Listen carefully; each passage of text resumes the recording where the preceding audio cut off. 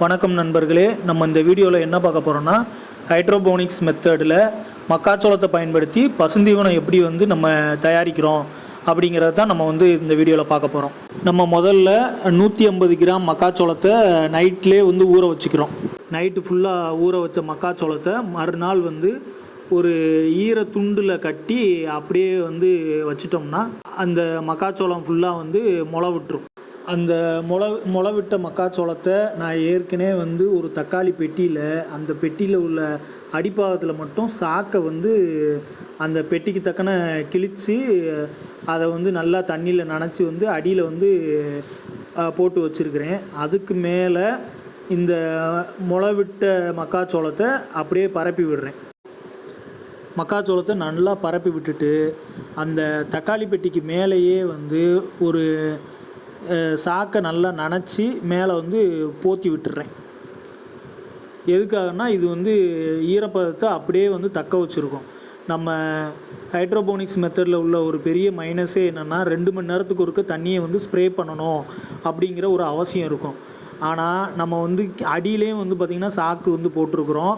அது நம்ம தண்ணி தெளிக்கிறப்போ ஃபுல்லாத்தையும் பார்த்திங்கன்னா வெளியில் விட்டுறாமல் ஓரளவு ஈரத்தை ஸ்டோர் பண்ணி அப்படியே வச்சுருக்கோம். ஈரம் அப்படியே தக்க வச்சுருக்கோம். அது போக நம்ம தக்காளி பெட்டிக்கு மேலேயும் நான் ஈர சாக்கை வச்சு கவர் பண்ணிடுறேன். ஏன்னா அதில் அந்த சாக்கை நல்லா ஈரத்தோடு நம்ம நினச்சி கவர் பண்ணுறப்போ ஹைட்ரோபோனிக்ஸ் மெத்தடில் உள்ள பெரிய ஒரு பிரச்சனையே என்னென்னா 2 மணி நேரத்துக்கு ஒருக்க தண்ணி ஸ்ப்ரே பண்ண வேண்டியிருக்கும்.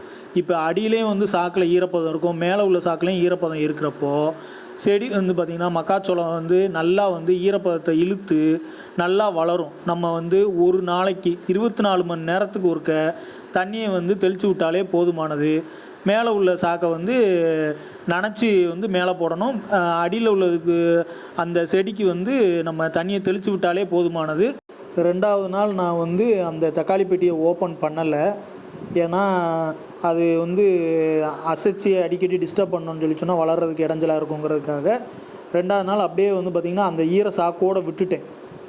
மறுநாள் 3ஆம் நாற்று நான் காலையில் பார்த்திங்கன்னா சாக்கை ஓப்பன் பண்ணி பார்க்குறப்போ சுமார் பார்த்திங்கன்னா ஒரு 2 இன்ச்சுக்கு மேலே மக்காச்சோளம் நல்லா பார்த்திங்கன்னா வளர்ந்துருக்குது. அதுக்கப்புறம் அஸ் யூஷுவலாக பார்த்திங்கன்னா தண்ணி தெளிக்கிறேன். மறுபடியும் பார்த்திங்கன்னா அந்த சாக்கை நனைச்சி மேலே மூடி போட்டுடுறேன். அவ்வளோதான். இது 3ஆம் நாள் நம்ம தக்காளி பெட்டியில் போட்டு வச்ச மக்காச்சோளத்தோட நிலை. 4வது நாள் நான் மக்காச்சோளத்தை ஓப்பன் பண்ணி பார்க்குறப்போ இலைகள்லாம் நல்லா அருமையாக பார்த்திங்கன்னா விரிஞ்சிருக்கு.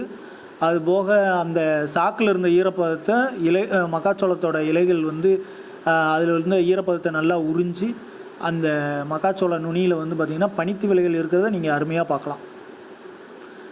4ஆம் நாள் இந்தளவுக்கு பார்த்திங்கன்னா வளர்ச்சி இருக்குது. 5வது நாள் நம்ம தக்காளி பெட்டியில் போட்டிருந்த மக்காச்சோளமெல்லாம் தக்காளி பெட்டிக்கு மேலே வரைக்கும் நல்லா வளர்ந்து வந்துருச்சு. ஸோ நம்ம பார்த்திங்கன்னா மேலே தண்ணி மட்டும் தெளித்து மறுபடியும் பழையபடி சாக்கை போட்டு நம்ம கவர் பண்ணிடுறோம். 7வது நாள் மக்காச்சோள நாற்று தக்காளி பெட்டிக்கு மேலே வரைக்கும் வந்துருச்சு.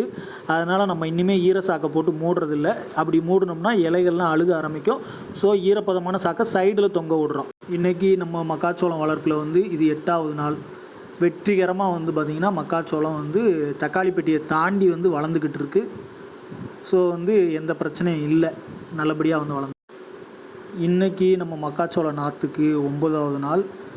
பெட்டியில் எல்லாமே ஒன்று போல் எல்லா பக்கமும் வளர்ந்து பெட்டிக்கு மேலே நல்லா பார்த்திங்கன்னா க்ரோத் ஆயிடுச்சு. மக்காச்சோளம் பெட்டியை தாண்டி வளர்ந்ததுனால நான் என்ன பண்ணேன்னா அதுக்கு மேலே ஒரு சேரை வச்சு ஈரப்பதம் பார்த்திங்கன்னா செடிக்கு ஈரப்பதம் மட்டும் போகிற மாதிரி ரெடி பண்ணியிருந்தேன். ஸோ அந்த சேருக்கு மேலே சாக்கை பார்த்திங்கன்னா நனைச்சி போட்டிருந்தேன். இப்போ மக்காச்சோள விதைகள் பார்த்திங்கன்னா அந்த நாற்றுக்கள் தக்காளி பெட்டிக்கு மேலே பார்த்திங்கன்னா அபரிவிதமாக வளர்ச்சி அடைஞ்சிருக்கு. ஆக மொத்தம் பார்த்திங்கன்னா 10 நாட்களில் பார்த்திங்கன்னா 150 கிராம் விதை கிட்டத்தட்ட இவ்வளோ தூரம் பார்த்திங்கன்னா வளர்ச்சி அடைஞ்சு வந்திருக்கு. தக்காளி பெட்டிக்கு மேலேயும் வந்திருக்கு. இந்த மெத்தடில் நீங்கள் பார்த்திங்கன்னா வளர்க்குறப்போ என்னென்னா மக்காச்சோள நாற்று ஹைட்ரோபோனிக்ஸ் மெத்தடில் வளர்க்குறதுக்கு 2 மணி நேரத்துக்கு ஒருக்க தண்ணி தெளிக்கணுன்ற எந்த விதமான அவசியமும் இல்லை. 24 மணி நேரத்துக்கு ஒருக்க நீங்கள் தண்ணியை தெளிச்சுட்டு மேலே ஈரசாக்கை வச்சு போற்றி விட்டிங்கனாலே போதும். வந்து பார்த்திங்கன்னா 150 கிராம் மக்காச்சோளம் இந்த அளவுக்கு வந்து பார்த்திங்கன்னா நமக்கு 10 நாளில் வந்து வளர்ச்சி அடைஞ்சிருக்கு. ஸோ வந்து விவசாயிகள் வந்து இந்த மெத்தடை பயன்படுத்தி ஹைட்ரோபோனிக்ஸில் கால்நடைகளுக்கு தங்களுக்கு தேவையான பசுந்தீவனங்களை உற்பத்தி செஞ்சுக்கலாம். இந்த மெத்தடில் நம்ம சாக்குகளை பயன்படுத்தி ஹைட்ரோபோனிக்ஸ் செடிகளை வந்து பார்த்திங்கன்னா வளர்க்குறதுனால நமக்கு வந்து செலவுகள் வந்து மிக மிக மிக மிக குறைவு. ரெண்டாவது வந்து 24 மணி நேரத்துக்கு ஒருக்க தண்ணி தெளிக்கிறதுனால நேரம் நமக்கு மிக மிக மிச்சம். இதை வந்து எந்நேரம் நம்ம கவனிச்சுக்கிட்டே இருக்கணுன்ற எந்த